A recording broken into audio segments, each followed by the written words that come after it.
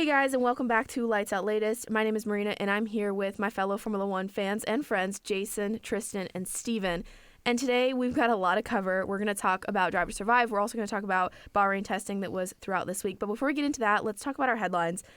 F1's new official clothing sponsor is the former Red Bull sponsor, team sponsor, AlphaTauri. How do you feel about that? I mean, I feel like it's pretty cool. Do we feel like it's a conflict of interest? I wouldn't say that. Or do you think that deal, that partnership is over and now it's just like a new partnership for them? I don't really see a problem with it, really. It's actually a renewal.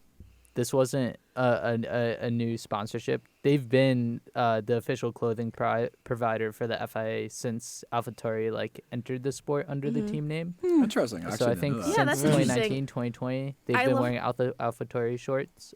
I love how no one caught this before, meaning this definitely could have been a conflict of interest before, but now that it's they're not really. Are they still a Red Bull sponsor? Just not a name sponsor, or they dropped Red Bull as well? I didn't see them either. No. Christian Horner has been wearing AlphaTauri polos this week. So probably he wouldn't be wearing it if I'm just curious. Why would we say it's a conflict of interest? I'm kind of lost on that point. Well, if a sponsor is it's like if you sponsor two teams, I don't know. I feel like if you Red Bull owns that clothing brand. Yeah, the best way to describe it is here's Red Bull ownership owning a brand that is now in cahoots, or not cahoots, but officially partnered with the FIA. Okay, that's okay, but you also have to look at I think this was talked about a lot on Twitter throughout the week. It was FIA also uses Java, which is made by Oracle, which is name sponsor of Red Bull. Yeah, and then also the support vehicles we've known for a long time. They're Aston Martin, they're Mercedes. The ECUs are all McLaren. The timing system is all by Tag QR, which is a Red Bull sponsor. The F1 Cloud is AWS, which is what, Ferrari? That Ferrari sponsor? Yes. Yep. So sounds right. There are, with the level of sponsorship that F1 attracts, there are going to be conflict of interests and situations where we're is that completely ethical? Yeah. But I feel like overall it's not a huge deal. I just don't see really what AlphaTauri could do as a clothing company. It's clothes. You know? Yeah. I mean, I guess I could see it maybe from a financial standpoint if they're... But even then, it's you have sponsors for that reason. Yeah. You know? Yeah. You have sponsors to help out your team, grow your brand, and all that stuff. Maybe a backdoor, kind of the first thing came to mind was a backdoor deal. It was we'll give you this extra little percentage to just not give us as much penalties we'll give you 3 more t-shirts. I guess. For the extra budget cap. I guess. But yeah. Moving on, this is probably one of my favorite things that happened over this week. Formula E racing boss promises to give $250,000 to whichever driver's charity of choice that wins the World Championship if Max doesn't get a fourth. So if Carlos were to win the World Championship this year, he would give Carlos's charity of choice $250,000. Now, see, this, I think, is a conflict of interest. For the fact that this dude is saying that as the head of another FIA-sanctioned series. You know? It's I'm trying to think of a comparison here because, I love my comparisons. They're some of my favorites. Yeah. This would be saying, I don't know, let's put it this way. I think, you know what I said? I think I also said something to the extent of when I talked to Wellesley from 360 Sports about potentially doing this as a 360 moment of the day.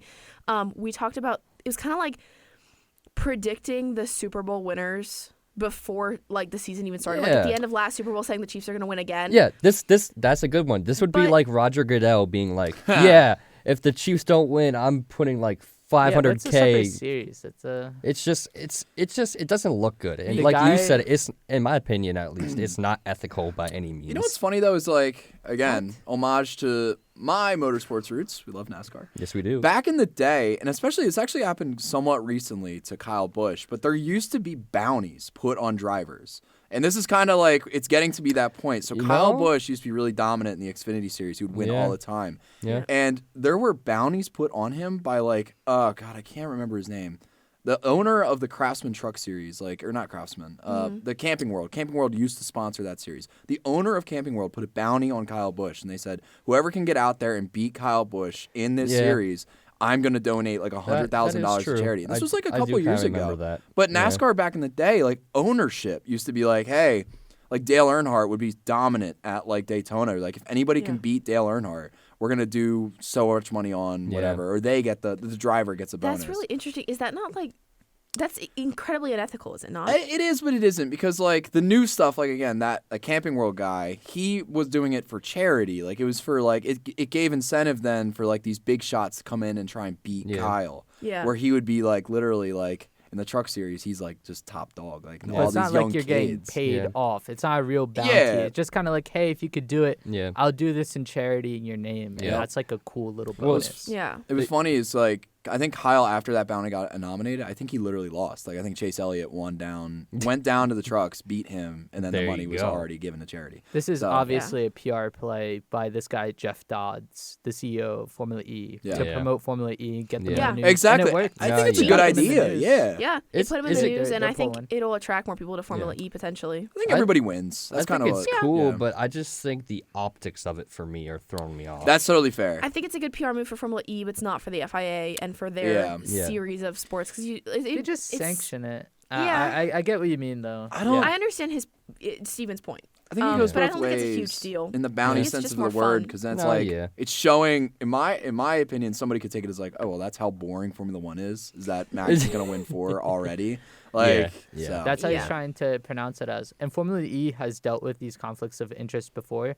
Like we were talking about suppliers, like clothing suppliers. Well, the battery supplier for Formula E was McLaren Electronics, the electronics arm. But then Interesting. McLaren entered Formula E as a team, and they had to stop because producing the battery for all the series teams and being a team themselves was a conflict of interest. So Yeah. they Yeah. had to That's totally shut fair. that down. But See, yeah. that's critical. Like that's something that I could immediately be like, okay, yeah, like Yeah, hold- like if hold on. Mercedes provided all the engines for the F1 grid and they also had a Mercedes team, like, don't you think Mercedes Yeah. would want to Yeah. boost Yeah. up their It's team? also like tire producers. And I don't know if this is exactly a stretch, but when you have 2 conflicting tire producers in one series, then you have a conflict of interest between like teams of That like, is true. oh, is that this tire's, faster, but then it's more unsafe. Like yeah. I don't know Well, if I think Formula 1 has ever had a tire war. I They think used I to. think They I used think, to? I think Okay. that happened in WEC, doesn't it?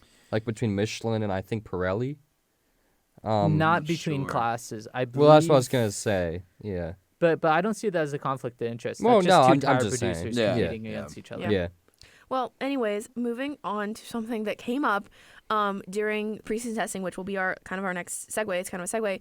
Crofty is going to miss 3 races this year, which is really sad. It is. I wonder why. We Imola, love Baku, and Crofty. Austria. I think he just said he wants to spend more time with his family, which is totally doable. Wholesome It's totally kids, reasonable. right? And we're Yeah. having, what, Yes. 24 races this year? That That's a means lot. he's doing basically the same amount of races he did last year. Yeah. Yeah. So, I mean, I don't think there's anything wrong with it. I am gonna hate to not see him, and hear his commentary, but Yeah. I Yeah. think it's reasonable for him. Yeah. Oh, 100%. Well, it's interesting because I know they do this in NASCAR. They split it between 2, platforms. They have NBC and Fox. Yeah. It's like not one F1 station is has. It's, Well, it's F1 basically has just. the one, right? So many. I mean, yeah, but isn't it? It's language based. Yeah. Right. I yeah. think in English, you probably just have F1 TV and Sky Sports. Yeah. think- Maybe I mean, like I think Hulu, it's the I same. think. Isn't it the same broadcast though? It's all the same broadcast. Yeah. I'm pretty sure. Yeah, but the Um, NASCAR deal is split. That's what I'm It- saying. it- It's it's different like- announcers. Yeah. Not every single, like Crofty is at every single race for the past few years, Yeah. right?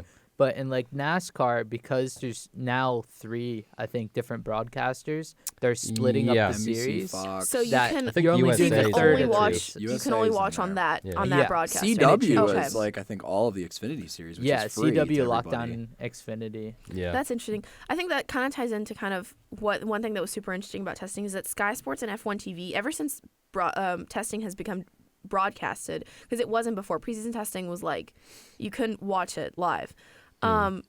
They do joint broadcasts, so it's Sky Sports and F1 TV team doing the commentary together.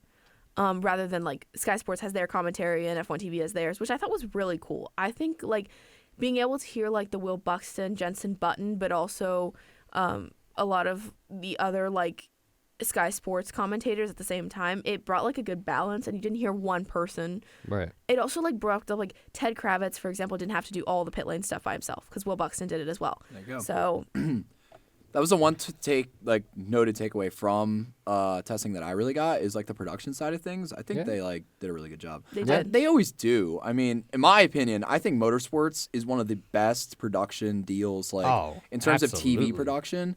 I think the NFL is like up there. Like they do a really good job, but Our graphics, the F1 graphics are better than any other graphics. They're so good. That is They're true. So good. I mean, like the analytics they have also like Well, even like F2 did. I don't know if they're gonna do this year, but the end of last year they also did like heart rate monitors, yeah.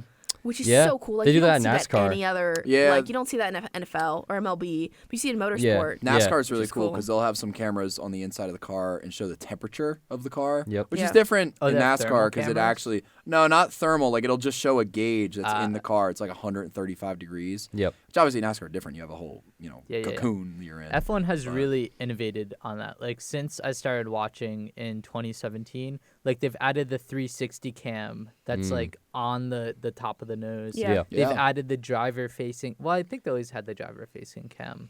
But Yeah. it- They've it's so had that cool for a having the while, helmet yeah. cam right Yeah. next to the That's what I'm eyes. saying, though. You The get production driver's is eye. I would say. Crazy. I And, mean, and my- the F1 TV app as well that like allows you can like watch that one driver Right. the whole So- race if you Yep. want to and I- listen to their team radio. It's so cool. I wish IndyCar had that. Like you NASCAR could has it too. pay for Peacock streaming and watch it on streaming, but you still get ads. You don't get any in-car cameras. Yeah. The most car cameras you get is through the IndyCar app, which is for free, but it's only a select number of cars Yeah. for certain races. Yeah. Yeah. And that's disappointing. So Yeah. F1 is killing it on the streaming Yes, front they right are. now. And it's Yeah. only $80 a year. It's not bad at all. It's quite nice. Like Yeah. there's streaming services like not like Peacock and but like YouTube TV is what $80 a month. no, like is it really? No, I think If- base if is like it can be. 60. The base is like Okay. 60, but then if you want to Yeah. watch like NFL and that kind of stuff, that Well, brings your price up. If you watch There's- anything other than the news. Yeah, pretty Yeah, much. Seriously. there are different packages you can get. Yeah, but there are packages that are running you $80, $100, $120 Well, if a you month. if you put F4 Sunday Ticket on there, that's like close to 300. Golly. So Yeah. it's crazy. But moving into testing, one of the first big things that came up was tire allocation. Now, you get to choose from C1 to C5. C1 is the hardest, and C5 is the softest. But the tire allocation for Bahrain is going to be C1 to C3. So it's interesting what teams picked what. Like McLaren and Alpine didn't take any C4s or C5s at all. They didn't test on that Yeah. tire. Yeah, I guess it just depends on what you plan to do during testing, really. I guess Yeah. if you're planning to do, short runs, long runs, it kind of just depends, Yeah. I guess, on what your strategy I is. feel like it also but- depends on like skeptics in terms of like, obviously try out all the compounds, right, as much as Yeah. you can. But Well, like, I don't think they changed from last year, so that probably has Yeah. something to do with it. maybe Yeah. try the compounds that got used the least. Yeah, I they don't just know, cut out maybe. the C0 last year, so we actually had 6 tire compounds. Yeah. And C0 was the softest, but I was don't gonna think say, it was that like a super soft? or was it the hardest? No, it's the hardest. I'm sorry. Yeah. Oh, Because gotcha. C0, C1, C2, C3. The higher the number, the softer. Ah. And we like almost nobody used it. It was like Yeah. the super hards in 2018. Like Yeah. they had an Interesting. orange or Yeah. or blue super hard tires. Super I don't think that's hards. necessary. Now the super Hards hards are and the long super enough. softs both went. They got this like gotten rid of at the same time, right? Because we don't have super Think softs so. anymore. No. We don't have No. super hards. Not like it's not called that. It's Yeah. just a Yeah, soft no, tire. Yeah, it, okay. it just compounds. Yeah. yeah. Well, also what's interesting too is that like the C3 tire it's going to be at every weekend because we only have C1 to C5. So no matter what range Yep. you're at, you're always going to have the C3. But like most of the long runs done were a lot of them were on the C3 tire because it's going to be your hard at some races. It's also going to be your softest compound at some races. Yep. So most of the runs they did, even short run, long run, a lot of our fastest laps were done on C3s. I want to say almost none of them were done on C5s, even though there were like 4 teams that took 2 or 3 C5 Yeah. tires. Looking Yeah. at But- these allocations, all the teams picked a ton of C3 tires. Yeah, they're like 25 yeah, for 25 Mercedes. sets. The lowest is like Yeah. 16. I think, Or yeah, 15 for for Williams. I bet Pirelli loves testing. They love testing that. Well, they get all the Oh, data back from the absolutely. teams. Yeah, no, I mean they like it and they don't, right? Because then they like Yeah. either A, if the tire, if they obviously change something, then there's a failure, then they could recognize it immediately. But Yeah. I don't think we had any tire failures. No. during testing. I don't think so. This was one of the most, I think, worth it testings that has happened for the teams and in like a viewer standpoint because there was very little incidents. We had Yeah. main incidents were with The drain drainage covers. coverage. Drain covers. Which we'll get The into. curse of Vegas But like returns. most teams got into like Max did 140 something laps on the first day, and that was like the average was around those 100 something for a team. That's like They two did- race distances. I was gonna say that is. Well, that's Joe was crazy. saying on day 3, which was not as common. Joe and you did a full race distance, on like a dedicated race distance where he did like he pitted and did tires and stuff, everything like that. Oh, he just went through the cycle. He just did it. essentially? Yeah, he Pretty did cool. it. He did a full race. Like came in, Wow, fair did the enough. test, did change tires, did everything. So, I mean, that's in the extent to how much testing we really. It's not a lot of testing compared to what they used to do, Yeah. but it's 24 hours of testing. Yeah, Still a lot of So- laps. it's a lot. Yep. But based on their speed, I'd say they're cooked. Like steak is well done. Oh, like they're no. charred. They're Steak done. as well. Wow. I That is a think- great I want to one. clap just for that Such a good stupid one. pun, but I Well, loved it. they're still gonna be lot called of steak. Sauber though. Yeah, In like the F1 commentary. broadcasters have been calling them that. Yeah, well, because their official name, if you go to like F1 website and you look at constructors, it's Kick Sauber. It's not steak. And their logo on the timing Is tower kick. is the K for kick. Yeah. Yeah. Yep. You know what though? Now I'm only thinking of like literally that line. The steak is cooked. A commentator saying that as like when I'm one of so them ready gets into for a that. wreck I or claimed something. it first. I claimed Yeah. it Joe first. Bonnier was off the track. That steak is cooked. A lot. I gotta say, a lot is that steak for Steak F1. Oh, God. Oh. Guys, Man, we are the spitting. the puns are so good. If No, they I make it gotta on the come up with podium, one. they will be rare. Oh we're my good. God! I tried. Come on! I got all the words. I didn't put them in the right order. That was amazing. I got the Oh, message. though. I God. understood. Guys, that Okay. was amazing. Well, that's not the only like commentary thing that I noticed this week. V-carb is gonna be the RBs, RBs, in yeah. commentary. Thank God. It sounds like you just. When you said that, all I could think of was the restaurant chain. Arby's. Arby's. Oh, no. They have Wait, the what is that? meats. Yeah, that's what I was gonna say. That's the I wonder thing. if steak hangs out at RB. Oh my god. It's just getting bad. Oh, That just got progressively worse. Yeah, but I think this is something that actually Steven found a while ago, which is that the names that we've been like talking about the teams as, for example, Visa, Cash App, RB, if you go to the F1 website, it's Racing Bulls. That's Yeah. what they're Yeah. listed as. Like I said with Kick Sauber, it's Kick Sauber, but we call them Steak, and that's what their Instagram is. That's what they're advertised as.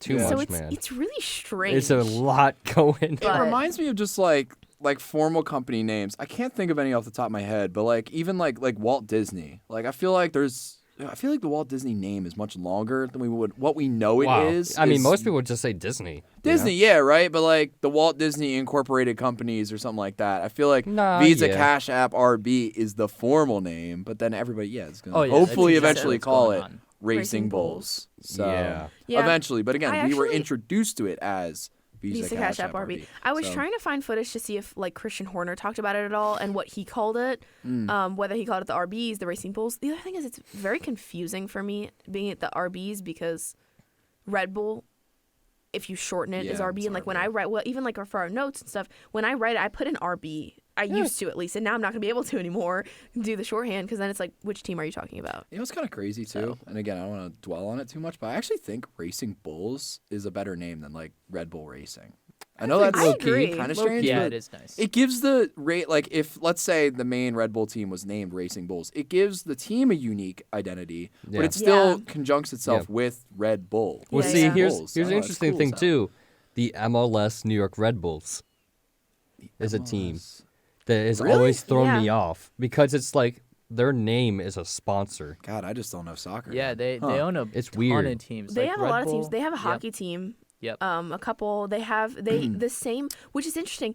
I'm pretty sure is the team that Ryan Reynolds bought not sponsored by Red Bull, Wrexham. Don't or is it a think different one? So No. yeah, but I know they're there sponsored by is TikTok. other teams, There's Leipzig. not just MLS, but like European. and Austria. Listen, teams we can that go are down the sponsored by Red wormhole Bull. of like what Red Bull has. They They- have they like own a a bunch ton of of like World War II era planes that they Yeah. just fly around. Yep. Like wow. Red Bull Yep. Hangar It's a 7. lifestyle brand. Red Bull is an extreme sport marketing brand. Exactly. It's gosh. They sponsor, which was interesting because we were talking about Boss being a potential sponsor for name sponsor for what used to be AlphaTauri. Yeah. Boss sponsors Matteo Berrettini, tennis player Matteo Berrettini, who is sponsored by Red Bull. So I wouldn't be Interesting. surprised if that's kind of how the connection kind of sparked a bit, where it's Yeah. like that's where the relationship started. Yeah. Maybe. Yeah. I mean, Hugo Boss is a German company, right? Technically. Is it? Is I it? don't know. Well, I don't know know. Red think Bull's so. Austrian, Yeah. Yeah. right? Yeah. So, well, I mean, they're at least You know within what's- proximity, at least, or close Yeah. to each other. I just want to say too how Red Bull also has like the music side of things. They Do have they? their own record Yep. label. Yep.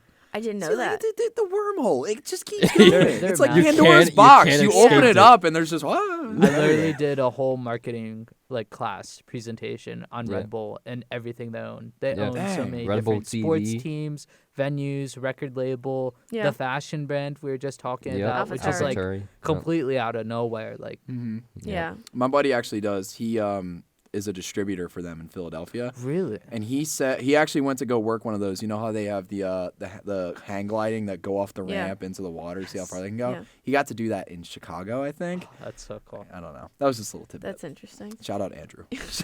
Shout out Andrew, man. Well, moving into like the first day of testing, kind of doing a little recap, there were two big moments that I saw. Firstly, Williams had a fuel pump issue in the morning session.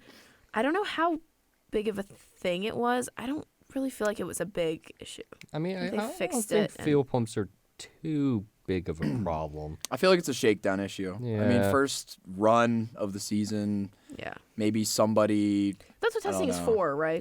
Yeah. Yeah, exactly. To get You'd rather because if have that was this race issue now. weekend, much Yeah. different. So Yeah, Yeah. Red Bull knows that all too well from Bahrain 2022. I think biggest thing day one to me was definitely Logan Sargent going into the gravel. That too. Yeah. Well, Thankfully, he- it wasn't the wall. Yeah. Yeah. Very nearly.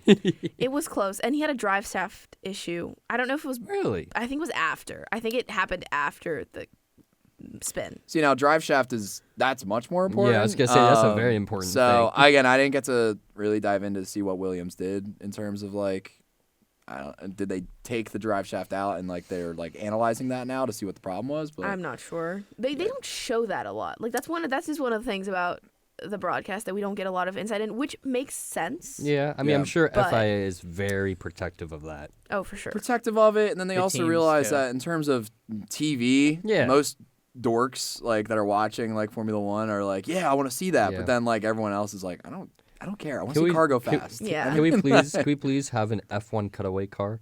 Oh, that'd be cool. That'd be so cool. So cool. Yeah. Well, to kind of like end off on day one, Max was fastest, which is By a no lot. shock to anyone. It was 1.1 seconds, I think, at the end of the day, but I think the highest it was about a minute and a half, Yeah. minute and change, or sorry, second and a half, not minute and a half. That would have been crazy. That would be so But I think it just really just shows what I kind of stressed in the live show, which was Red Bull is just after built s- different. Yeah, it's just their car is so reliable. It's so good to drive. I personally, as a Red Bull fan, loved seeing the footage of GP Max's race engineer. The smile he had when he came Oh on that my broadcast, gosh. and Max never smiles during like interviews and stuff. I mean, like he'll be like, but he's not like happy because he doesn't like doing No, the he's kind of serious. like- Dude's serious. Yes, boys, Yeah. great job. Yeah. and then Yeah. he was legitimately like over the moon after, especially after Oh day my one. gosh. This guy's having the time This of his guy- life out here. Seriously. But he's- Seriously. And I think I wrote this later. It was like he is 0.7 of a second faster than Sergio Perez. So That's not only- another. That's one of my key takeaways Is from day Red Bull one. fast? Is how much faster or is Max he is. Verstappen? That's what. Exactly. I don't know. man. But that's a debate for another day. And I also put this later. I think this was like towards like the end of testing. Was like the battle is going to be, I think, so tight this year between Ferrari, McLaren, Mercedes, Yeah. even Aston, And Yeah. Perez. and Paris. Yeah. That's exactly what I was gonna say. And this is part of the reason why when we did predictions, I said McLaren was going to take the cake over Red Bull because you cannot win a constructors battle if it's that tight when your second driver is not performing. Yeah. Yeah. Yep. Yeah. It is what it is. It just is. It is what it is. Yeah, There's it's what no it is. hiding it. And I think another thing, and we'll get into this when we talk about Drive to Survive, but Christian said more than once they're looking at AlphaTauri, they're looking at their junior drivers like Liam Lawson, and all the F2 drivers. You got Enzo Fittipaldi with Brazilians. And they're looking at Daniel and they're looking at Yuki to fill the 2025 seat. And it made me, even if it's a Drive to Survive, it's edited, whatnot, it kind of solidified the fact that to me, even since last year, it's been cut and dry that Checo's not getting that seat again. You know, he's Yeah. Yeah, his done. contract's not getting renewed. No. Oh, I think he's No. going to retire. really? Like he's got a kid and a family, you know, He's got in Mexico back four home. kids, I think. Wow. 3 or 4. Yeah, Yeah, so I think it's he's 4. like very Sebastian Vettel situation without all the championships. Is Sebastian Vettel That's- was That's so slight successful? asterisk. Yeah, just Yeah, I just mean the fact maybe he has no he championships. wants to keep racing. Maybe he goes Well, elsewhere. we but saw him talking who about knows? talking to Toto Wolff. Also during day 1 of testing, that those Yes. pictures kind of came out. There's nothing there.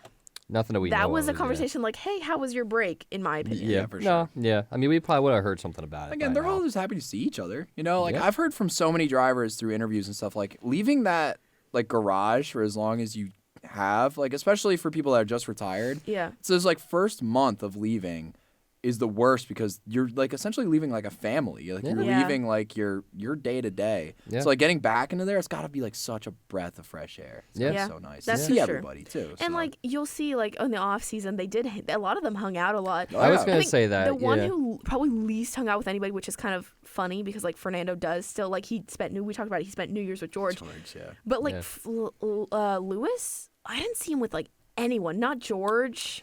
I Yeah. felt like he kind of spent the break like The older he gets, internalizing. the more like emo he gets. Like, the world is a dark and hateful place. Low key. I will yeah. be sitting in my room until Bahrain.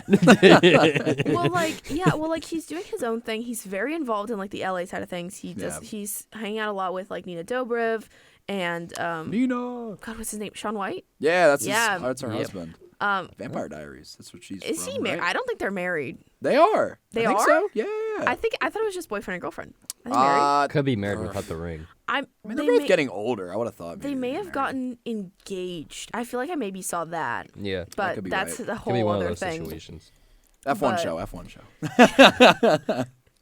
What did you see about the WhatsApp sponsorship, Jason? I thought that was interesting. I didn't catch that at first until you. Oh, the talked sponsorship? about it, yeah. So Mercedes is sponsored by WhatsApp, and for their radio button, I think for the entire season, the radio button is literally going to be the WhatsApp logo. Oh That's my awesome. gosh. Well, if you I go also on their saw it on We're the Instagram, headset. sponsoring it's- buttons yep, now. the button has the WhatsApp logo. Well, that's creative. So when Lewis Yeah. has to That's cool. complain about his tires, he presses the WhatsApp. Yeah, awesome. literally. Hey, Toto, Well- reach out to me on the WhatsApp, would you? Yeah. Well, did you see it on the headset too? Well, like the No, little it's on part the of the headset, headset is on too. the headset. Oh, Oh, my that's so cool. gosh. And that's another thing about, you mentioned tires, because we kind of skipped over this earlier.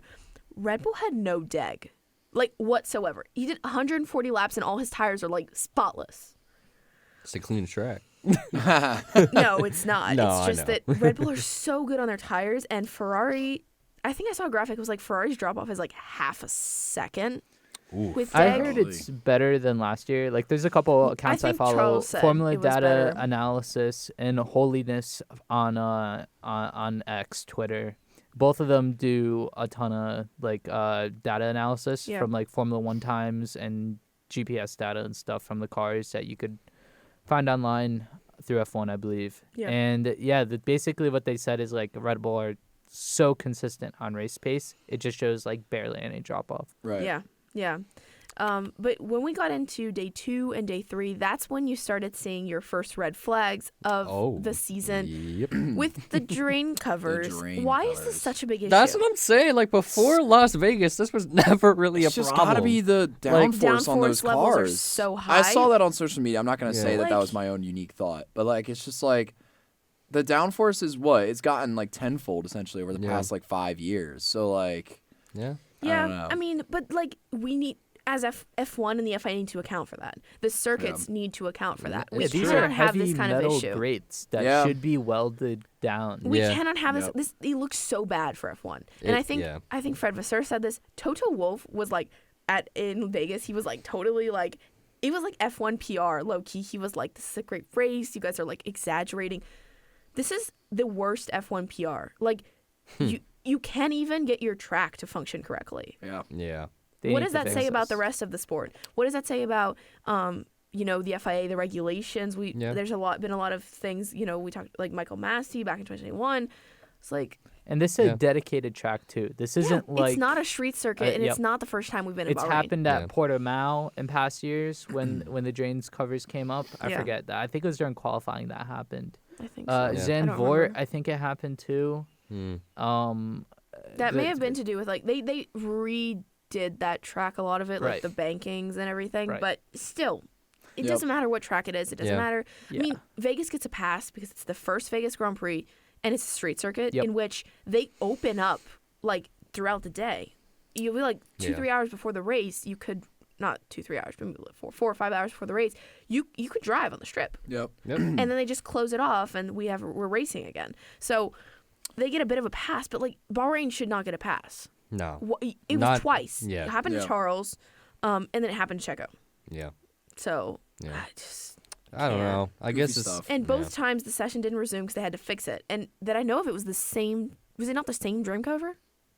maybe. I don't think I so. have to go back and check the saw- broadcast. I feel like I saw something online that was 2 different ones. Maybe. Was it? Okay. Well, that's even worse. Yeah, Yeah. it's true. Well, that hints into, again, like day 3 of like, yeah, it happened again. But then honestly, going back to like, this is such like a niche tidbit that I was thinking about, but like Vegas gets even more of a pass because like those are public drain covers. Like they need to be somewhat accessible because Yeah, if definitely it, an amount. something needs to happen underground, like especially like, I don't know, wire. There's a lot of electrical wiring in this, like the sewage tunnels and all that. But, Yeah. Yeah. But yeah, no, it was. Yeah, but like Bahrain is it's a track. it's a track. It's made for It's racing. made Yeah, for racing. so- Like Yeah. how It do should you be- let that happen? Yep. Yeah. But another thing that was cool for day 2 is they had a lot of day 2 and 3. They had a lot of people coming into the commentary box, like Alex Albon, and had him like narrate Logan's lap, which was really like go through Oh, Logan's man, lap as like that's awesome. I didn't get to see that. That's thing. That was awesome. really cool. And I think there was a Lando had an issue. They pulled like all the engine covers off and everything. Oh, maybe you did. And when Checo went over the drain cover, Adrian Newey was like sticking his head up the car, and I was like, I did this see was that. So funny. That was funny. That was so funny. It's cool to see Yeah. that he's still like so He loves involved. to be involved. He's yeah, so I was gonna say he's that. so involved, And like he's this is such passion. an iconic figure. Like he designed the Williams that dominated in the early He has what 90s. 25 championships or He something like that. helped design the Oh, it was Adrian McLarens when they Newey. fought 60? against Ferrari. 60? You think he's 60? I bet. He's High iconic. 50s? If you haven't read his book, How to Design a Car, He's highly recommend. 65. Okay. He's Oh, okay. incredible. Yeah, I was pretty sure he was. thought He's he like was got 60s. another closer like to 70. 10, 11 years left. Oh, for sure. Damn. Well, that's the thing. Probably And- morbid. more. and we'll talk 75. about, we'll talk about this. I mean, in his career, not until he dies. No, sorry. That's so morbid. No, but that's one thing, and I think I wrote this down for the DTS stuff where I commented on it. Lewis was talking about, like, I have a couple years left. You can be here for, like, talking to Toto, he's like, you can be here for 10, 20 years. There is technically no age gap on drivers, but you get to a point where you hit your peak. Yeah. Yeah. For Team sure. principals, engineers, like, those kind of guys can work until they drop if they Yeah. really wanted to. Bernie Yep. Ecclestone is like 94 or Oh, something, that is and crazy. he's still walking and talking. I mean, Yeah. albeit he isn't the best person, but like to say like he's lucid and can run a sport. Like, oh no, Roger Penske, he's like in his 80s and he still owns and runs Yeah. Penske Corp, IndyCar, his NASCAR and Yeah. IndyCar teams. Like he walks around the speedway and like it says start the engines Yeah. and stuff. Like he is still working and all his mental capacity I is still mean- there. But you're never going to see an 80-year-old F1 driver. Yeah, no, exactly. Yeah, yeah. And even like you see like Lewis and Fernando, they're like getting up there, they're getting older. But like Fernando has no intention to retire anytime soon, No. from what I can tell. I I think mean, he's he in doesn't it for a need to couple more either. years. Yeah. And even if he leaves F1, he's gonna race somewhere else. Oh, He's yeah. gonna like Oh, go yeah. back to. I wish he goes Dakar? back to. No, not well. Dakar. He said he wants to. This He guy's wants gonna to say do the Indy WEC. 500. I He know wants he's to gonna do say the Indy WEC 500. Mhm. with Max. He Right? said Let's that do stuff on the 24 High hour Le Mans. Performance podcast, but I want him to do the 500 again. Yeah, that'd be I want him sick. to win the With 500. an actual but he did reliable not power say unit it. now. He did not say. I don't think he will go back. It doesn't I seem think he it's wants like to. a done and dusted. No. I hope Maybe. he reconsiders. Yeah. I want As- to see as him I long- get want the to Triple see. Crown. I would love to see like the 3 champions that are currently on the F1 grid be Lewis, Fernando, and Max doing the 24 hours of Le Mans. Le Mans would be cool. Yeah. Do you not think that they would like annihilate the competition? Alonso kind of did. Some of those endurance racers Well, I are was gonna that's what say, they do. They're you know? sneaky good. Yeah, I mean, but think about how much Brendan Max is on the Hartley. sim. you know what happens though a lot of times Max is has like been on the sim for 24 hours straight before. true. So it's not like he can't do it. No, it's not to say that they can't do it, but I mean, let's give Usually- props to the professionals. I'm not yeah, saying they're I was gonna bad, say I'm just usually those saying. teams when like for example like Jeff Gordon I think did the 24-hour a couple years ago for Cadillac. But he was on a team of like him. He was the only one not experienced in the WEC world. Yeah. The rest of his team was like, oh god, Jordan Taylor I think was one of the drivers. Like I think another guy I can't remember, maybe Briscoe or whatever. Yeah. Like, these guys are talented WEC guys that didn't. I don't want to say carry, but like if Gordon had like I don't know.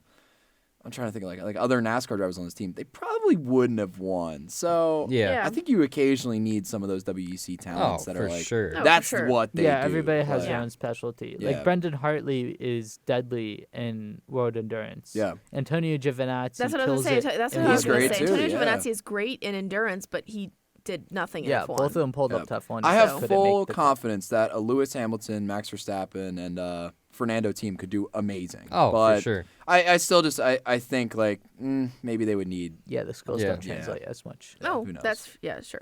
Well, we're kind of wrapping up on testing, kind of some of the key takeaways. Ferrari seemed quick. Yeah. One stuff. line, like 1 lap pace. Don't know about the long runs as much, but they've taken a step forward from last year, and I think they've taken a step forward in Deg. Alpine, and we can bleep this or pardon my language. Alpine is a shit show. Not You only ain't lying. in Drive to You ain't Survive, lying. but they've spoken about all of them about being concerned about their car. They're slow in short runs. They're slow in long runs. They have aerodynamic inefficiencies all over. Yeah. Their car is overweight. Yep. It's like It was a disaster. I listened to Otmar, I forgot what podcast it was, but Otmar Safnar shortly after leaving Alpine went on some podcast. Yeah. It was like, complete team disharmony. I think it was Peter Winster. Yeah. Because they have their engine team in France and they have like most of their chassis team in England. Yep. And the French team and the English team don't really like each other. And they communicate. don't communicate. Yeah. Yeah. So then now you have them arguing. And what's even worse is Renault, the brand, doesn't invest enough in Alpine.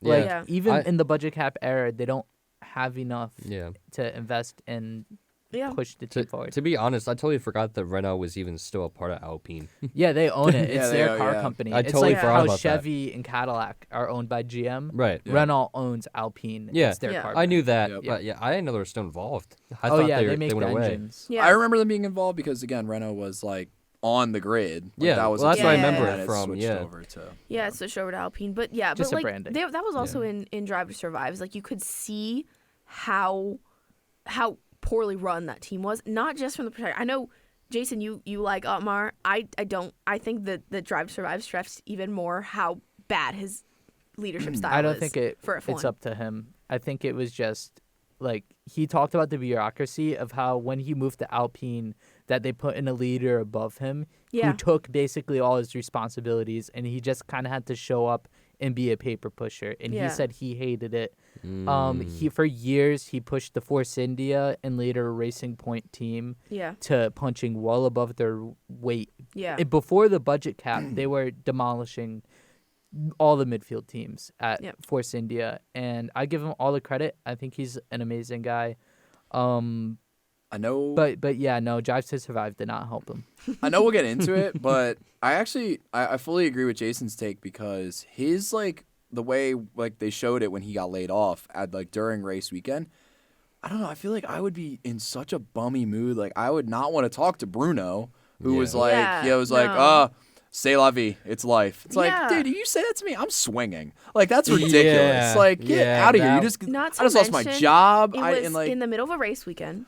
yeah. And Otmar That's was brutal. like not briefed. I don't think he was not briefed like in advance, or he wouldn't have No. even come to the race weekend. No, So I wouldn't. He was yeah. like, there was no plan B in place for him. His friends were there. Like, imagine getting laid off in front of all your friends, and then being told, and then you have to like address the team. You have to talk to the guy who basically was one of the ones that forwarded you getting laid off. Yeah. Laid off. Laid off.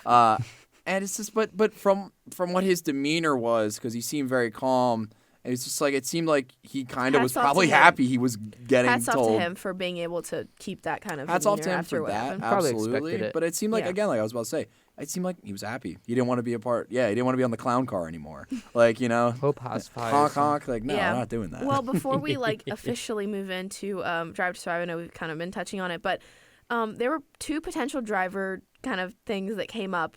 Like we mentioned, Checo was talking to Toto Wolff, but Carlos Sainz Sr. was also talking to Red Bull. Now, do I think this is anything like big? No, but I still think it's a huge possibility. Totally is. Again, Could be with cool. Checo on the hot seat and with Sainz totally like The getting question, kicked out. honestly, Yeah. honestly, that is only going to be answered when we see how good Daniel Ricciardo is. If Daniel Ricciardo's not up to par, as much as Christian Horner loves him and we all love him, he's not going to be put in that Red Bull seat. I think those Yeah. are our two contenders. I think Bull anybody and else Carlos. is Yeah. egregious and ridiculous to think about. I think it's Ricardo and Sainz. I think. Not And not whoever- even Tsunoda. No, No, I wouldn't No. put Snowden in there. that No. was so collective. Everybody's like, absolutely not. Yep. I don't think, if We I'm being love honest, Yuki, but and Yeah. we can kind of talk about this now moving into Drive to Survive. If I'm being honest, looking back at how well Liam did in that car, the correct decision, in my opinion, should have been Daniel Ricciardo and Liam Lawson. Yuki out of a job. that's fair, but that's so unfair to Yuki because it's like is. He's Liam doing a only good had job, two, but- I don't three think starts, right? I think Yuki's better than some other drivers on the grid. I think Oh. he's better Oh, than for Guan sure. Zhou. I think Oh, he 100%. is in But a is better he better spot than Liam Lawson? Bottas. Mhm. Liam Lawson is young. We don't know. I don't know. So was Yuki. Yeah. So was Yuki. I hate to bring up again. I think it's a good comparison. So in the early 2000s, right, in NASCAR, there was this driver. His name's Sterling Marlin. He got into an accident and somebody replaced him, filled in for him for a weekend. His name's Jamie McMurray. He I remember won. him. He won in the weekend that he replaced him, right? Yeah. Jamie McMurray then was given like a full-time ride. He only went on to win like 4 more times in the rest of his career.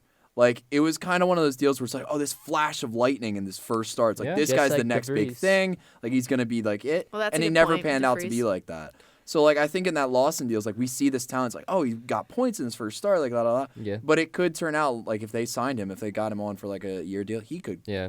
crap the bed. Yeah. Like, Well, you know, I you never know. I wouldn't Yeah. put him in just yet. I would give him another year, see how he does. I think Yeah. it makes And then sense if they don't take reevaluate. Carlos to take Daniel to Red Bull and then have Liam Lawson replace him. Yep.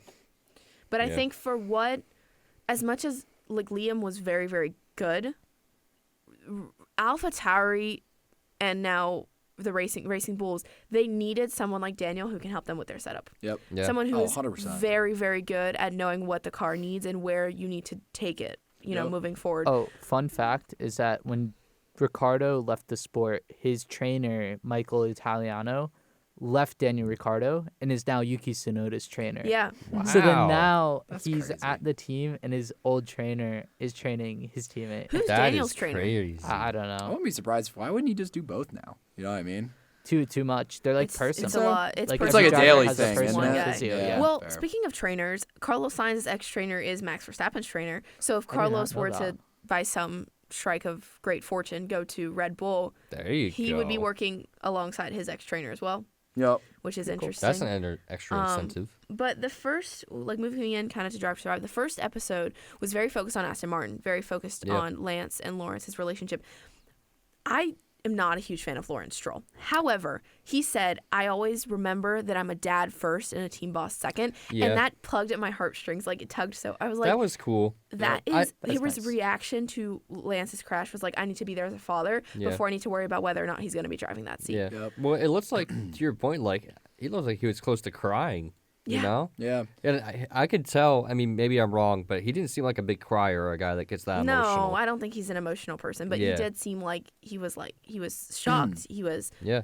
Yeah. just trying to make sure Yeah. that his kid was okay. And to that extent, I don't think Lance Stroll was given enough credit for the performance he put together in Bahrain. Oh, yeah, no. Yeah. I mean, it's super impressive. I mean, the fact that he came back that quick. I mean, I Broken could. hand, broken toes. Yep. Yeah. Yeah, 2 broken Well, wrists and a yeah. broken toe, But and he didn't do any testing. No, yeah. Stopped in Well, it. yeah. Literally on the show, they brought him in on a helicopter the day of the race. It's like, yeah, I'm good to go. Let's go. Yeah. But- Yeah, it was right after Yeah. preseason. He came in for the first day of thing, and then also like he was like he was on the radio, and they had like a very small collision between Stroll and Alonso, and he was like, "There's nothing I can do. Like my hands are hurting." Yeah, I will say driving through that much pain, but still being able to deliver that good of a result. I mean, It Alonso almost was on brings the up podium, safety but questions. Like if he was wasn't cleared. able I was gonna to say he's cleared by the avoid- FIA, Yeah. which I'm sure But- they have a rigorous thing. Oh, I'm sure yeah, they do. Yeah. I was I'm gonna sure. say it's. I think one of the top 3 most underrated moments of the season. Oh, in for my sure. opinion. Yeah. And again, like there's a lot of underrated moments, but Yeah. like that performance by Lance Stroll. I mean, I think the reason why I kind of get swept under the rug is because it was the first race, but like, Yeah. And it's Lance Stroll. yeah, But and, Yeah. and it's Lance Stroll. But no, I mean the thing I'll say is too, I almost felt bad for him. You know, when he was out there, just trying to do his best, and he wasn't getting yelled at or anything, but you can tell that I guess like the team was like, okay, you're gonna do it, we're gonna go full in on it. You Yep. can tell I that. think there's a lot of people in that team that were not happy with the decision to have Lance drive that weekend. You need to be Probably. 100% to be an F1 driver. And an F1 driver, as strong as their desire is, it was clear Lance couldn't give 100%, like physically, Yeah. because his hand was broken. So as bad as Lance wanted to get back in the car, he probably wasn't ready for it. Oh, I'd agree with And that. Yeah. Yeah. It's impressive that he's able to qualify and race at all. Yeah. Yep. Yeah, Yeah. for sure. Well, kind of back to AlphaTauri, the worst thing that was said in Drive to Survive, and there, I think one of the overarching things that we were talking about was that they moved a bit away from the fake drama. They overreacted to drama that was already there, but I don't think there was anything that was intentionally, like there was nothing created out of nothing. But the worst part of Drive to Survive was Nick DeFries saying, I'm a better driver. He goes, how do I put this? I'm a more experienced, more complete driver than he is. Speaking to Yuki, you don't have a seat. Yeah, you didn't can't be score saying a that single with no point in seat. F1. Like that Yeah. looks so bad. The for only Nick reason he's DeFries. more experienced is because he's older. Like literally, he has more years in Yeah. life. In I racing. hate that. I hate Yeah. that. Yeah, he's Yeah, but some 20, people I do don't know. live by that. Though. Yeah. Some Yeah. people like live by like, oh, I'm older than you. Like, no, dude. Like, especially the way I live life. And at Like, if you're 28, like he's younger than already me, got but that. like, I will register if someone is more experienced in like a certain area than I am. That's Yeah. fine. Well, like also just the fact that like he came into that team and a lot of people, himself included, expect him to be the leader of that team. crazy. Crazy. He was not. No, never Not was. in any means. I think you Yuki could have was. asked the fans before the season, like, who do you expect to be like the number one driver in that team? Nick And DeFries. everybody would have pulled Yuki. Really? I would have said Nick DeFries I at the very totally beginning of the year. disagree. I would Totally go disagree. Yuki too. I'd go Yuki. Experience over everything is my point of view, and Yuki Yeah. had a But- year on him, so like Well, you had two, Two, maybe? two, I think. I But would also- honestly but be Nick giving had two. He had Formula E champion. don't care. Was it F2, one of two or F3? Yeah, Formula. remember. I hate also to don't say it. care. Yeah, Formula, I can go with Formula But a lot 2, of but people Formula cared. E, it's A lot like, of people do care, and I eh. understand that. I respect that like remorse and that like idea, but it's like, Yeah. The remorse. Remorse. It's but the crazy. F1 like it doesn't. I mean, Yeah. it helps, but it doesn't correlate enough. Well, that's the Yeah. thing too. I will take like, 2 years. Again, I apologize. No, Steven. no, you're good. I will take 2 years of a driver that was struggling compared to a driver in his first season. Like I would honestly rather take that. I know that's a crazy pull No, in some ways I can agree because with there that. are some young talents that are just so freaking good. Like Yeah. we can look at like when Max first started, and we can look at like everybody Lewis, else. his Yeah. first season. But Yeah, I his just first season was never, crazy. I just never see that. I don't know. I don't see that Nick DeVries. I didn't see that like that dog in him. Like I Yeah. just couldn't, you know. Yeah, as high as know. the standard as Formula E has for drivers, Yeah. It's it not as isn't high as as high. Formula I One. rate IndyCar higher. I rate most of World Endurance Championship higher. Yeah. Yeah. Formula E is good, but nowhere close to F1. Yeah. Yeah. Well, Yep. it's not the fault of Formula E, of course. I mean, they're a newer series. Yeah, they're But- different series. Yeah. but Formula E is cool as hell. Yeah. Yeah. it's just it It's doesn't just- compare. well, that's the problem. They need Yeah, to get their DeVries reputation. didn't have the same. Yeah. Yeah. Well, Yeah. you also Yeah. think about, and I think they did a good job of touching this. How many F2 drivers does Red Bull have? How many F3 drivers do they have? They have Liam Lawson, who's what he's doing. Is he doing GT? I can't remember. Japan. He's doing something in Japan. No. Anyways, supercar, something like that. Mm-hmm. Anyways, you have drivers everywhere that are Red Bull juniors. So the amount of pressure, and they had Alex speak about this, about Pierre, Checo even.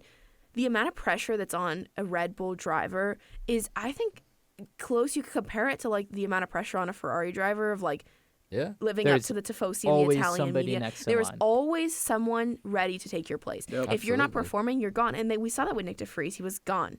Yeah. Like that. It's a you nerve-wracking know? industry. It really It is. is. Yep. But it doesn't Yep. happen as much in other teams because you don't see as many juniors. Yeah. But like if we saw, I mean, like Carlos is being replaced by Lewis, which is a different scenario. But like there's always someone Yeah. ready to take your place. There's only 20 drivers in F1. You have to be at the top of your Yeah. game. And not only his attitude, but just like he was not performing. Yeah. Nope. Well, the other thing is So- too. I know you kind of touched on it, but like, I guess when you really think about it, Red Bull and Ferrari are like the two most consistent teams in F1. Yeah. You know what I mean? Yeah. Like McLaren, you could say, yeah, they have the history. Aston Martin, yeah, they have the history. But when you look at it from, just how long they've been there, I mean, Red Bull and Ferrari have been like the two that have been the most consistently there throughout Yep. the Yeah. years. Well, even when Red Bull was like behind Mercedes, they were still consistently finishing like top 5 finishes. Well, Yeah. yeah, for the most part. Yeah. And they were still winning the race. Like Max was still winning a couple races here and Yeah. there throughout the seasons. Yeah. Nowhere near 19 but it's still there. You mentioned McLaren. Yes. One of the things they touched on, which I hadn't realized, was the pressure of sponsors leaving the team because of them not performing at the beginning of the year. I thought that was really interesting. Like, Yeah. Yeah. I did realize, like, obviously drivers are going to be looking elsewhere. Yeah. Yeah. Episode 3 members. was fun. Like, it encapsulated McLaren's whole season somehow in a neat, like, how long? Oops. like, 50-minute package, however long those episodes are. Yeah, 40 And something. Yeah, 50. I liked how they did the team launch, and then Zach is like, "Oh, this is terrible," and then him getting pressure from like the investors of the team, and then like McLaren as a company is not British anymore. They're mostly owned by Bahrainis and like an American investment group, which just got bought out by more Bahrainis. Like literally, Bahrain owns McLaren F1 team, which is kind of funny. Interesting. But yeah, no. So it was so cool. Like I felt like celebrating with Zach when he Yeah. said it's Silverstone. Oh, it's our podium. I've been waiting for all year for this. Yeah. It was a great story, and I really enjoyed that episode. This is so off topic, but it literally just came to my mind, especially with like learning and knowing that the Bahrain. Yeah, the Public Investment Fund. It's Bahrain like owns it. the Middle Eastern fans, right? What team do they pull for the most? That's a good question. Because obviously it's a unique market in terms of like they have Jeddah, they have like they have got all sorts of. I mean, Yas Marina, they have everything. Like I will say, when I was at the Bahrain race last year, you saw a lot of Aston. Really? Aston, okay. Mercedes, Ferrari, they have global fans. Mm-hmm. So you're always going to see a lot of Mercedes, a lot of Ferrari all over the world. And then now with Red Bull, people that are like recently getting into the sport are becoming, well, a couple years ago, you're becoming a Red Bull fan. Now you're like, I hate Red Bull because all they do is win. Yeah. But I'd say that the main is probably Aston, from what I saw at least. That makes It makes Sort of sense sense, because yeah. I was actually going to think that Red Bull would be trailing low in terms of popularity in the Middle East because, like, especially with the Middle Eastern market and the wealth over there, they would be considering Yeah. brands over everything. So Yeah. Aston Martin makes Yeah. sense because that's, I mean, in general, Aston Martins are like a very popular Yeah. high-end Yeah. car manufacturer. Right. So, well, that's or the other- Mercedes or well, McLaren. Here's the thing. I can't believe I never really thought of this. What country is Red Bull associated with?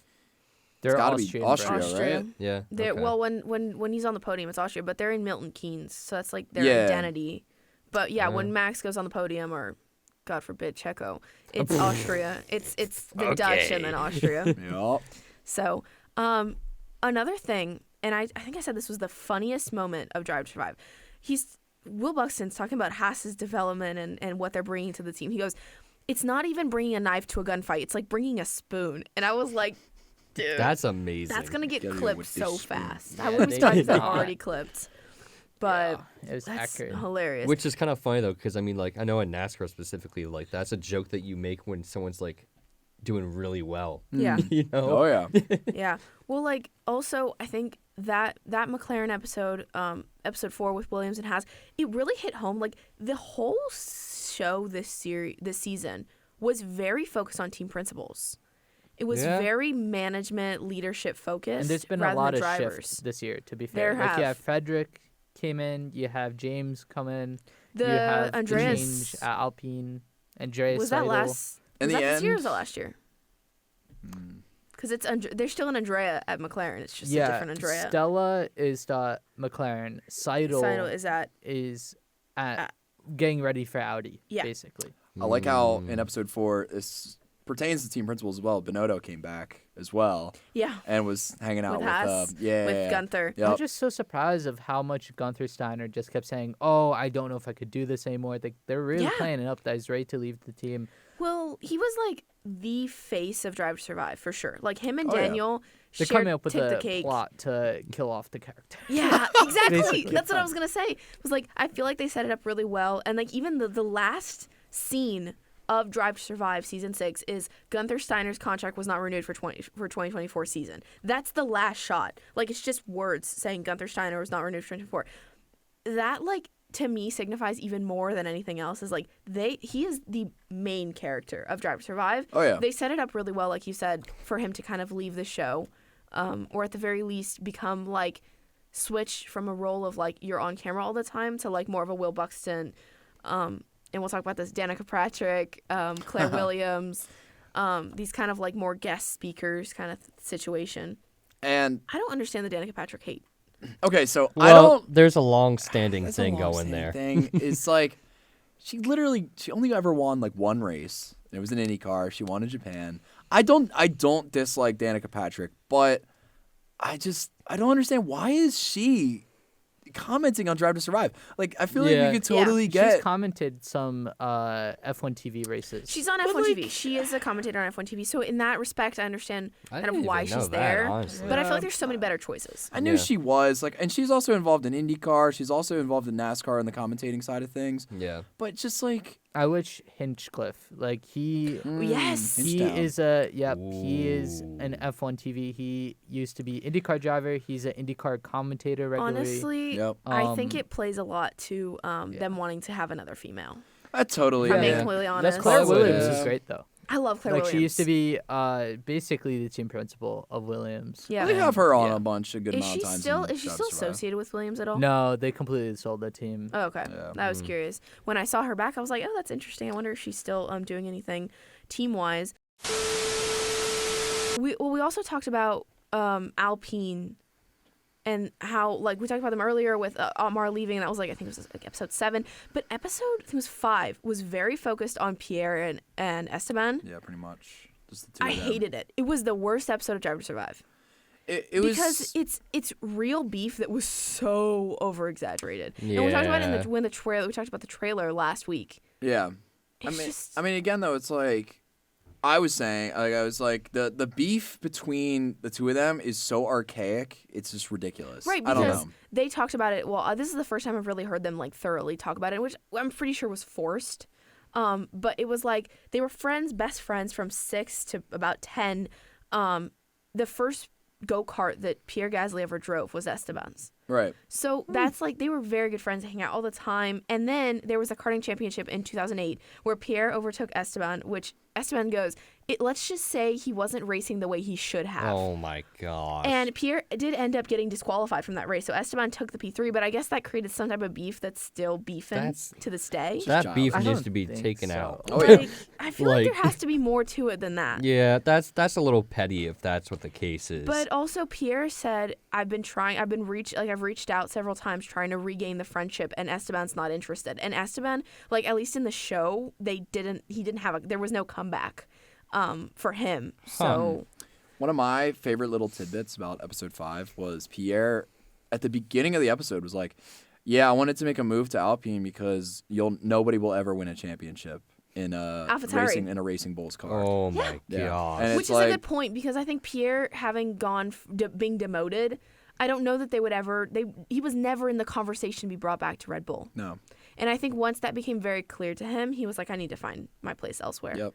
I love how they So- mentioned the powerhouse duo of like French team, French driver. Like they're really They're marketing both it from up. Normandy. It's really good. Yeah, they're both from they Normandy. grew up together, right? Like Yeah, Hmm. you said 20 minutes away from him or something like that. Yeah. Like, Wow. and of course, they're like just the relationship is just awful. I could see Yeah, come it's on. like the two kids that grew up together. Yeah. They realized their dream of both, coming to getting to F1. Yeah. Now they're both driving for a French team Well- and they cannot get along. You know what the saying is. You either die a hero or you live long enough to become the villain. Become the villain. Nah, You keep know? your enemies closer than your friends. Yeah. Is Yeah. what's happened there. Yeah. for sure. Who knows? At some point, there's probably drama. To be honest, this whole season of Drive to Survive has been the least fake Oh Yeah. as ever. Yeah. It's been pretty real. Well, yeah. Going again, I don't want to. If we want to keep talking about episode 5, but episode 6, in my opinion, if we're gonna go back to how predicting things into the future is relating, like how we were talking about Yeah. Gunther saying he wanted to he was ready to stop. Episode 6, I know they definitely produced it this way, but just the whole they were talking about Mercedes, it was all about Mercedes, but then Honestly- the external conversations about Lewis trying to decide his contract and stuff like that. Okay, but what I'm thinking with that is, but this had to be this has to be done well over a month ago. So I feel like either they had some type of inside scoop, or truthfully, it just kind of It played just out. They worked just got out, really yeah. lucky. Yeah. It definitely did. I mean, the production value on this is that was, well, oh God, what was the time period?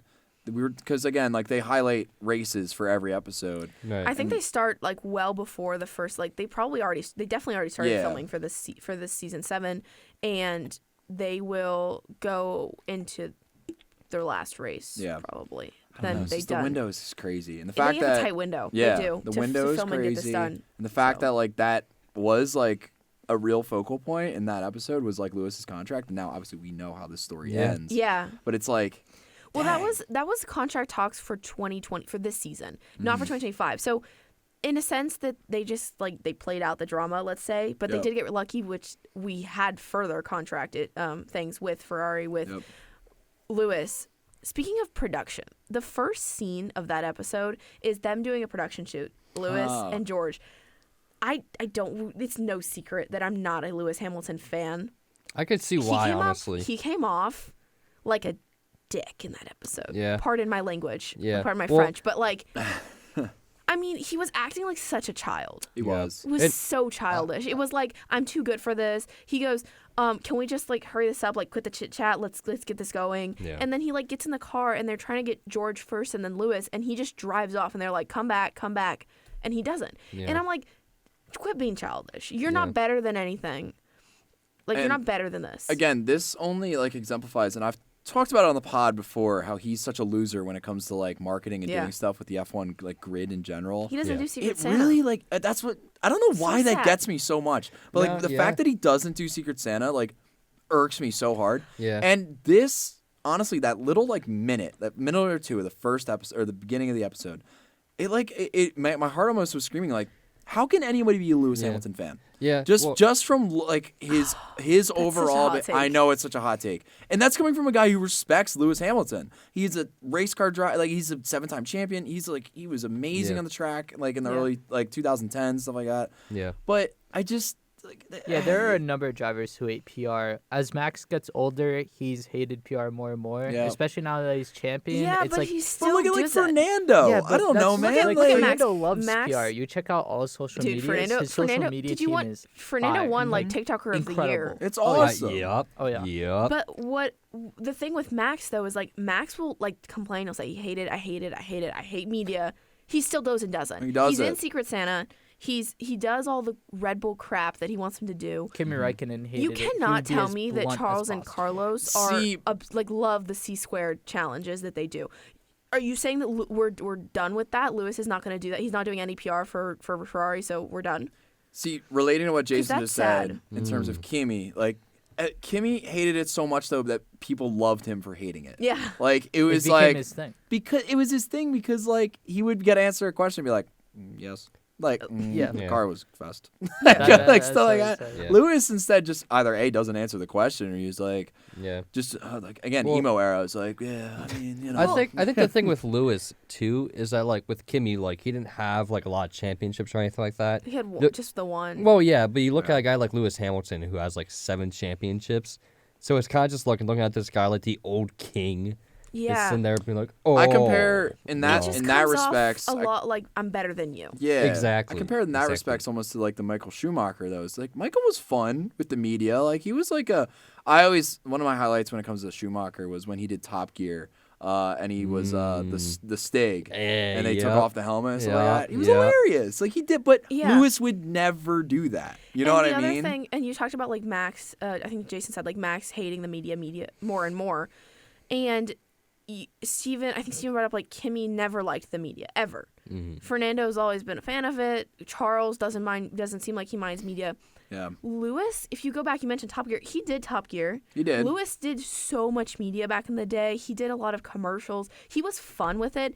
Yeah. And that's where it gets me because it feels like I the think he's more grown out of time, it. yeah, the more time goes on, Which is the worse fair. it becomes. I know I'm just a hater. And the more Like, I know I championship am. he wins, he's just No, arrogant that's about it. fine. Yeah, Marina's also- right. Is Yeah. He's used to it now. Yeah, so he's but like, also- I already did this. Yeah, exactly. Yeah. And then also it's just like if you look at like post race, which hasn't really been huge with these couple seasons because he hasn't really been on the podium as much. But if you look at Park Ferme interviews, you could literally like if you overlay them on like an editing software, it's the same speech over and over and over again. And I've mentioned this so many times, like very PR, like it's like he was briefed on exactly what to say and he Yeah. just hasn't. Not to mention he has so many brands. I feel like he should be promoting these things. He should be doing more media content. Yep. Does he even do like the what is it? What's it called? The stuff that F1 does. They did like the thing with the heights. They did like the drawing challenge. The challenges they do. The F1 like on the F1 yeah. YouTube. Well, he did grill the grid. Grow the Grid. That's what Yeah. it is. He doesn't do it as much though. He used to do it. Yeah. Yeah, no. Now he Yeah. doesn't do it as much. I think it's just honestly like you said, like I think he's at a point right now he thinks he's too cool for it. Yeah. Like, and I was almost thinking about it when you were talking. It's like maybe he's at a point now where it's like, what else do I need to give this sport? Yeah. You know, He's he's like, already I've done done it all. everything. Like, Yep. But race for Ferrari, and he's gonna get that done next exactly, Yep. Well, exactly. Next year, sorry. Yeah. Speaking of Ferrari, episode 8 was all focused on Ferrari. It was focused a lot on team principles. And one of the points that was made that I found really interesting was like, Fred Vasseur, yes, he came in. It was his first season. Everybody's judging him on how he does. But he inherited the whole team. He inherited yeah. the personnel. He inherited the drivers. He even inherited the car. So I feel like the first real, like, evaluation we can give him would be based on this year, not based on last year. Yep. We can Yeah. base him on how he managed the team and how it went forward. And look at, like, strategy. Strategy was so much better last year than it was the year before. Oh yeah. So Yeah. just basically, I hated the drama between Charles and Carlos. Oh my Yeah. It doesn't gosh. exist. Yeah, That was there's so nothing faked. there, man. They're best friends. Not as good as Carlos and Lando, but that's okay. True. That's Yeah, Orlando. that is true. But I like that you Bring that mentioned Lando back. because I saw this post earlier. This has nothing to do with Drive to Strive. It was media people that were. It was this lady who was saying I've talked to. I'm like in the industry. I work in F1. I've never heard anybody, PR, media, whatever, say anything bad about the way they were treated or the way the experiences they had with 3 drivers: Carlos, Charles, and Lando. Those 3. You've definitely had experiences with Max where it's like, get me out of here. With Lewis, like we were talking about, with a lot of the other drivers in the grid, nobody like they've never had any issues, and it comes across when you like see the media stuff with them. So Oh yeah. Yeah, yeah. Lando's just an all-around great guy. yeah. Oh yeah. Well, speaking of big media stuff, Vegas was huge for the media, Burgers. and it was probably the best. I said Will Buxton had the best like moment, like the best quote, but the best like part of DTS for me was behind the scenes of the Vegas ceremony. It was Yuki gets there super early, and Lando's like, "You look depressed." That was like hit it off, and then Pierre outs Carlos and goes, "Yeah, he was playing roulette. He played his number and won twice." And then Lando goes, "I didn't practice. It was my birthday, so I was at the casino getting drunk." That's right. Was it actually his birthday I think it during was- race weekend? I don't know if it was race weekend or it was like right before. Oh, I okay. can't like off the top of my head say what. That's crazy, What it though. was. But then also the event organizers are like, they're talking about like you're gonna go up the lifts. It's gonna be like a rock star moment. And you just pan to Max. He's like straight face, so annoyed. And we're talking about media stuff. It was like he was just so. It was like I'm done. And he even asked. He goes, "Can I hide?"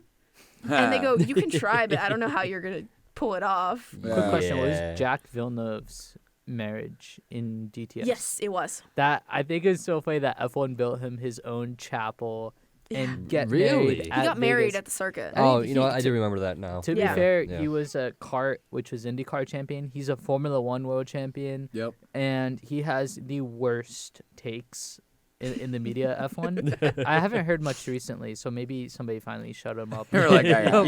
it's like, bro, you're hurting yourself. yeah. But no, I think that was actually hilarious from that weekend. I Yeah. remember that. Yeah.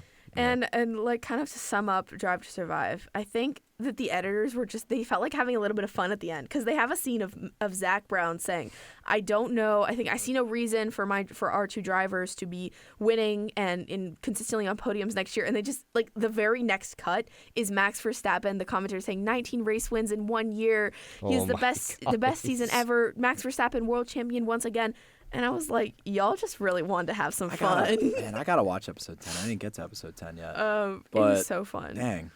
That's funny. But yeah, well, speaking of, I think we're gonna see a Max World Champion in 2024 yet again. But we are gonna see all that in just 5 days, lights out I can put them on one hand in now. Bahrain. Wow. With that said, I want extremely rapid fire. Who's your podium for Bahrain? Start, Jason.